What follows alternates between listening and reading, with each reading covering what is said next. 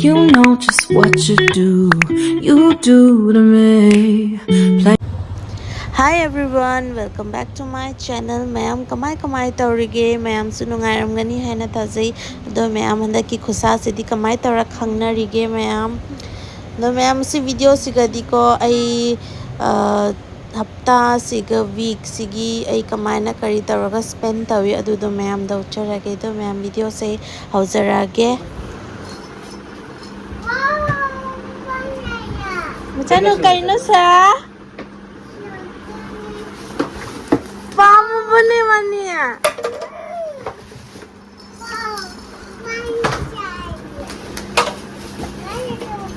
Nah kalau thoki na sa papa tap na tau ne sidi loy na sido wala ne be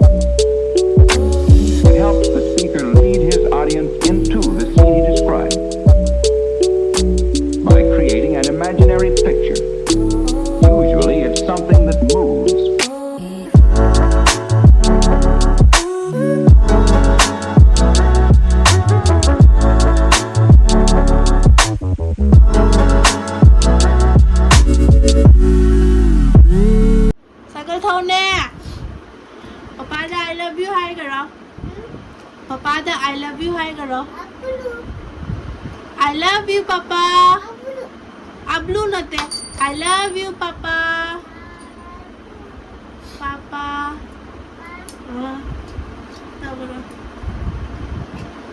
cycle thoge hi Papa da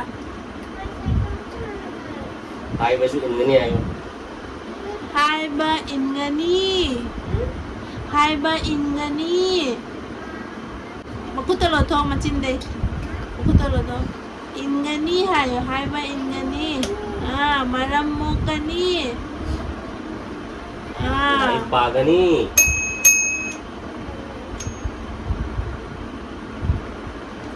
Thaurage majato cycle thaurage Sakali hai khapsa de Ano ya do ko ino mo free hoy ko chapat May lang mali da ko nombi Sana ready pamo 1 2 3 Jai Ganeshaya Namaha Thauro Wow haine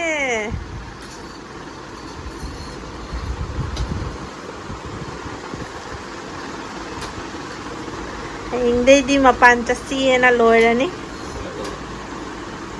Wow mani wow Lingdi ko po siya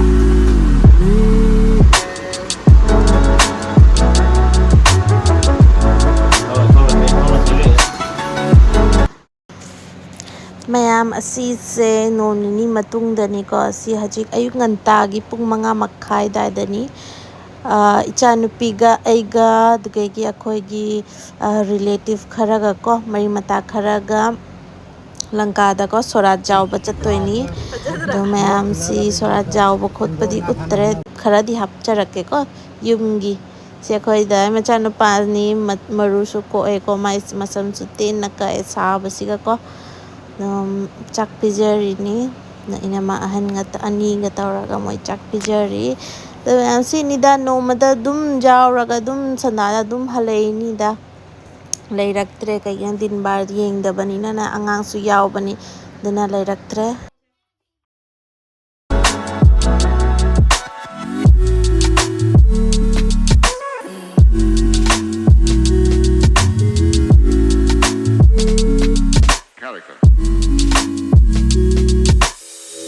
Hi everyone, welcome back to my channel. Mayam kamai taurige. Mayam nungaramgani haisu thajai do. Ngasi se kay din no ngasi se Wednesday ni. Do mapadi ko thabak chakhare.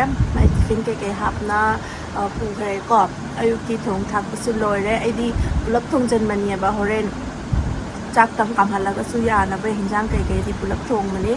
Do mapadi tan chaniya na mai tan chasu cha kare de tiffin na su tan noina pu kare do Echanupi ga eiga haji breakfast taureni do breakfast se akoi tan noina chare horen cha kitang kamhalaga dum hinjang siga char do Mayam Echanupi siga leire machano hi taurase hi how are you good morning good morning kadi hi ni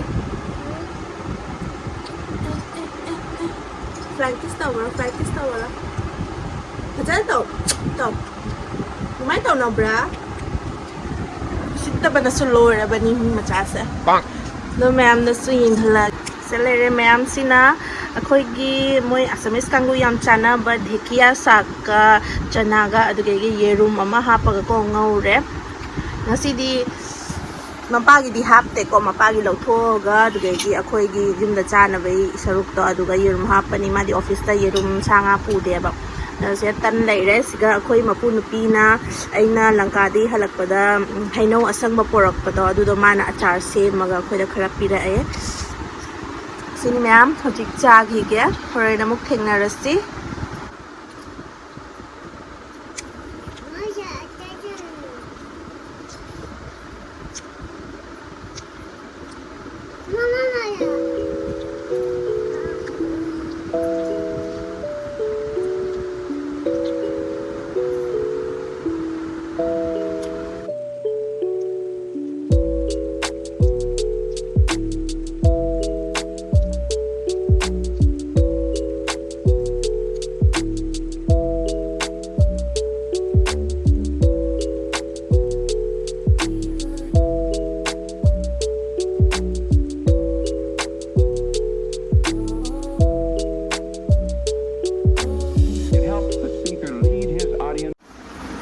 Mayam breakfast tau na khot na lore ko Echanupi se adum mapugi yum da dum chatke dum tau le ba da chala ga su ko mobile se dum yeng le ba duna ma se yum da dum thambagi ko ai se yam thanindra ba hai mobile yeng su yam phatte na aduna yum da ngarang han dei dum yum da dum thamme ba na nga ku thokpi do haji Echanupi ga ai ga se ma se kitang active oina ba kitang creative oina ba gi ko aina paint color khara pore ba ngarang se duna haji ahoi tang drawing tauge hadi maga time spend tauge na ne thaba kai ke lo sana lore do haji maga drawing khara mangon activities khara tawan ge do Mayam su dum yeng halake ko chalo color pero mama da ate chupura ana tau doi se macha thoi ate chupura lo pero mama da lo pero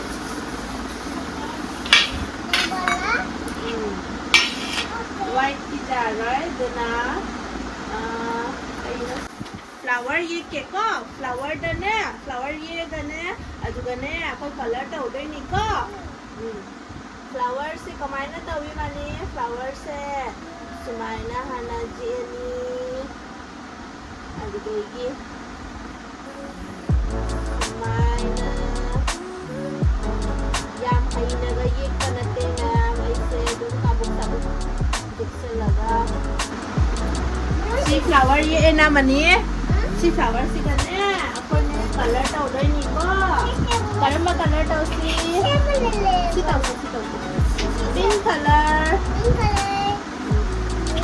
sa kamay tau ni mama sudah kita hidop ko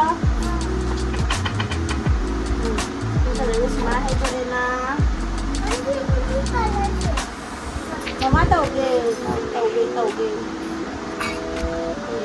kita sabar na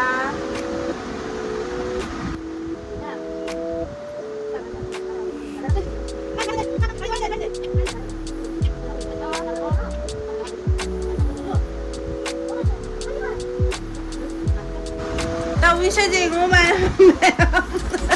Kadai da take ꯀꯩꯅꯣ ꯃꯥꯅ ꯒꯣꯔꯣ ꯒꯣꯔꯣ ꯒꯣꯔꯣ ꯂꯣꯏ ꯈꯣꯠꯆꯟꯗꯅ ꯄꯦꯟꯁꯦ ꯂꯣꯏꯔꯦ ꯑꯃꯨꯛꯇꯕꯨ ꯄꯣꯁꯇꯥ ꯌꯥꯎꯗ꯭ꯔꯦ ꯑꯗꯨꯕꯨ ꯑꯉꯥꯡꯅꯤ ꯀꯩꯗꯧꯅꯤ ꯑꯗꯣ ꯑꯃꯨꯛꯀ ꯑꯗꯨꯝ ꯇꯧꯒꯦ ꯃꯉꯣꯟꯗ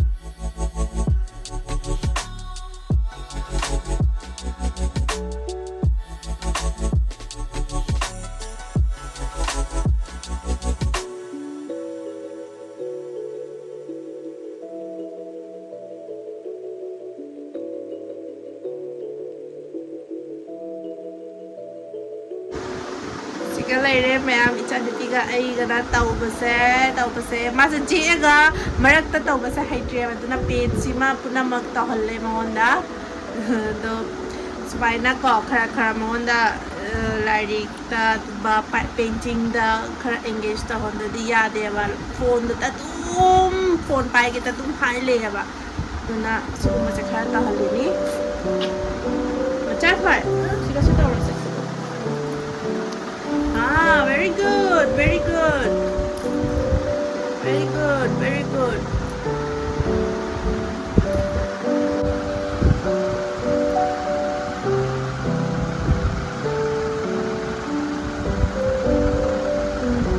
Wow, Haibana.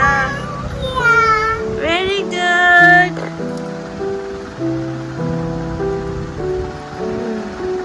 Kana namu. Tara. Blue color. Blue color, the yellow color.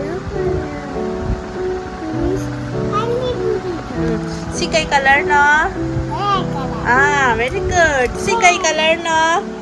Si said. Sikai color no? Pink color this color ya. Si blue color. Nangi favorite blue color. Tauro mani tauro.